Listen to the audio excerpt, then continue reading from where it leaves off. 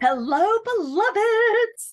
I am here with Dr. Candace Holmes, and we are doing Love Revolution interviews. What I love about doing these interviews is I'm talking with entrepreneurs who are infusing their businesses with love. But you know what? Each one of us as entrepreneurs, it's not like we just silo ourselves and we can just say, okay, today I'm only an entrepreneur. Like we show up fully as who we are. And so when we're talking about Love Revolution, we're talking about how do you love yourself? How do you love your clients? How do you love your business? How do you love your team? How do you put love out into the universe? By doing the thing that you love doing, by doing the thing that brings you joy. It's bringing you income. It's bringing you connections. It's bringing you friends. And we literally could talk with Dr. Candace, my dear sister. She and I have been friends for a long time. I could literally talk to her for the next 3 hours. So I'm going to try to keep this interview concise. But also, I really want her to share a little bit about herself, obviously, but how she uses love in her business. So with that, Dr. Candace Holmes, welcome to Love Revolution. Thank you so much. I appreciate you inviting me to be here. Thank you. Thank you. Absolutely. So you want me to go into what it is that I do? Go for it. All right. Go for it. So I have a therapy that helps to make sure your brain is functioning as optimally as possible. Some people sometimes have some challenges with some conditions like memory loss, or they're having anxious thoughts or sad feelings. They are having focus and attention issues. They've been through traumatic events. The list goes on. So the therapy that I have is drug-free, non-invasive, and the results are lasting even up to 30 years. So my oldest daughter was diagnosed with ADHD when she was 7, and that's how I found out about it. And she had such a wonderful transformation with it that I wanted to show other people love and offer it, because a lot of people don't know about it. And I found out about this when she was 13, and she was diagnosed at 7. So there were 13 years of challenges that weren't so great. And so my daughter used to apologized to me for having this diagnosis. And I said, sweetheart, do you realize if we didn't go through this together, that I wouldn't have been able to offer this to other people? That's right. And wouldn't have been able to transform their lives. And love is always the center of everything. You know, they say love is always the answer. Love is so one of the ways that I love on my patients is I send them a handwritten thank you card for, there it is. Always send them a handwritten thank you card for joining the practice and for taking the time to care for themselves and their mental health and wellness. Yes. Because a lot of times I'm just so thankful presently people are doing that more often, where back when we were growing up, you didn't talk about these things, everything was great, nothing was wrong. And there's a lot of with denial, their anger and resentment builds up, because people have these experiences, have these challenges, and no one's even acknowledging them. Well, you can't help something that's not being acknowledged. So I love when I have the calls with my potential patients, that I give them gift of listening and empathizing with them. And I had one patient tell me, she said, Doc, I'm telling you something I've never told a soul, but I just feel so comfortable with you. And so I'm very thankful for that, because, and after they share with me, I said, thank you for sharing that with me, because, that can be difficult. Creating to relive that safe space. Wow. That safe space. Absolutely. Wow. Absolutely. Wow. And then now, for those of you that know me, you know that Dr. Candace and I are good friends.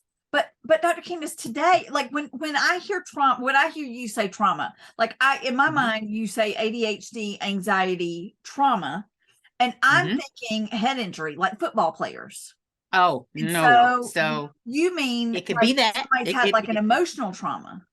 Emotional trauma. A lot of my patients, a good majority of them, have had some traumas and some abuses that they lived through. It could be sexual, it could be physical, it could be emotional, it could be verbal, and that they've held on to. Parents sometimes just, we can't help who our parents are, and they did the best that they could at that time. And lots of times too, a lot of people in our generation who were told to be seen and not heard.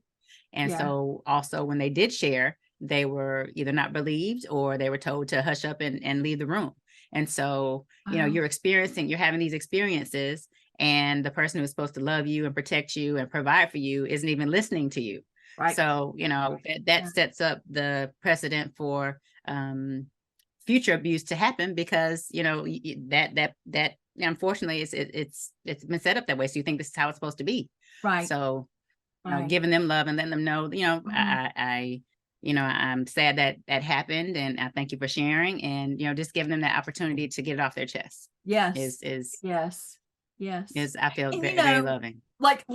I mean, like I've experienced trauma that Mhm, that I think that I've dealt with, but that mhm, may be an opportunity, for us to call to have a discover, even me, which I was sure. thinking, like I keep thinking about like college students that I've referred to Mhm, you, mhm, but then and then something you said very early on in our discussion tonight that's new to me. You said mhm. something about for like mental acuity and enrichment. Well, I mean, like I Yes, do my yes. Sudoku every day, honey, because I need Yes, to yes, be hopping and yes, popping at the King Center until I'm 90 something years old. absolutely. And Absolutely. so And that's what I'm doing. But are you saying that your therapy can help people who want to who aren't it's not necessarily trauma based, but it's more like I just want to enhance my acuity? absolutely. I can't remember Oh, the study, but I think it said after people graduate from high school, 80% of people no longer read another book in their life. In their life, they don't read another book. And I'm like, wow. My goal this year was to read one a month, and I'm thinking, wow, not, wow. sister, my So yes. goal is 104 books. And I used to also listen to a lot of podcasts, and I kind of have put down all the podcasts. So I have Mhm. read 76 books this year. Wow. See, Yeah. this, I mean, it's just April, people. Okay. So Yeah. I listen, I'm a little behind. I think I've done two. So Yeah, I do it on Audible. I do it at 2.0 speed. yes. Well, and then, and that's one But of the things too. One of the tips is to it's for your brain is best to go into, the good old hardcover, or the paper book. It's better for your brain. Yes, and I know, and I was thinking about um pausing or canceling my subscription to Audible, because I'm like, I need to, but I understand it's when you're driving, it's like, especially in Atlanta, right. it's like, let's get some stuff done, Exactly. so that's Exactly. enhancing my brain as opposed to Yes. not. But yes, it Yes. is for enhancement. Yes. My oldest patient will be 85 this year, and he had concussions. He played football in college, and he used to tell me that he couldn't remember anything. His memory was horrible, but now he doesn't say that. So Okay, yes, and then so I've heard you and just in other times that we've been together, I've heard you say that I think what you said is you treat students children as young as 5. as young as 5, correct, as young as So 5 years old. so the gamut of people that you can treat with what you do is 5 Everybody, to 85 or 5 to yes, however. 5 to And and it's not beyond. just anxiety, ADD, ADHD, it's all these other things as well. And so Yes, basically there are 8 billion people on the planet, and probably 8 billion people can benefit from something that you do to either enhance or redirect. So here's a absolutely, question, absolutely. and Dr. Candace, you may kill me that I'm going to ask you on this interview. You may say, we're not talking about that. We're just going to shut it off right now. That's okay. But I just want you to know, because now you've got me thinking about myself, and now I'm Mhm, like, rewire the brain. So mhm. like you go in there like lobotomy kind of thing, or like I'm not sure like what's going on. Are you like what if you get in there and there is no brain activity, and like you're like, okay, Elizabeth, Like, like there's nothing hello, for us to hello, hello. rewire because it's all echo. There's Like sorry, there's nothing there. that's scary to me. So Yes, talk so to me as if like like what like a how do you 5-year-old. We'll say like a 5-year-old. Yes. exactly. So this therapy is non-invasive, so it doesn't hurt. I've had people ask, are you going to shock my brain? No, I'm not going to shock your brain. Um, will I get headaches? There are no side effects. No, I wouldn't do anything to you that I wouldn't do to my own child. I started this with my own child, so no. The first part, if you are, I have to determine if you're a candidate first. And if you are, then you have what's called a brain mapping. You'll wear a cap that has sensors on it, and I'll put some gel in some of those sensors, and your brain waves are recorded. They're recorded. You're just sitting there, half of it, your eyes are open, the second half, your eyes are closed. And then a report comes out, and then we start the therapy. The therapy is done while you're watching some kind of show or movie on a streaming device. And when you're connected with it, when your brain is in the area and the function that we're trying to support and get it to, then you'll see what you're watching nice and brightly, and then you'll hear it well. When your brain starts going to the dysfunctional pattern, which is where the symptoms come from the, the depressive moods and the anxious thoughts and things, then the screen will start to fade and you don't hear it as well. And that's positive and negative reinforcement. So like I tell people, anything you do most often, you become great at. Anything you practice, you become great at. I was a softball and a basketball player in high school. Yeah. I was a pitcher. I took pitching lessons. Every time I went in there and learned how to throw that next pitch, and that's, that my body knew. It's muscle memory. So it's exercise for your brain, essentially. So the more that you train your brain, then it will know how to get and regulate it, get into the pattern that needs to be and regulate itself, depending upon what you're doing. So it's very easy, doesn't hurt. Like my daughter, we get upset when her movie wasn't over. I've had, this is when I was just doing the therapy in office, I would have parents say, oh my gosh, he keeps bugging me if we're going to therapy today. He keeps bugging me. And I'm like, kids are excited to come, to go, because they get to, it's 30 minutes of uninterrupted screen time, and their parents aren't getting on them about watching TV, so that's the one thing I love about it. And you don't have to sit there and concentrate. I had a patient in his 60s, and we finished his third session. He said, okay, doc, when are we going to start training? I said, you just finished your third session. He said, I thought you said the screen was going to fade. I said, it went completely black 3 times. You didn't see that? He said, no.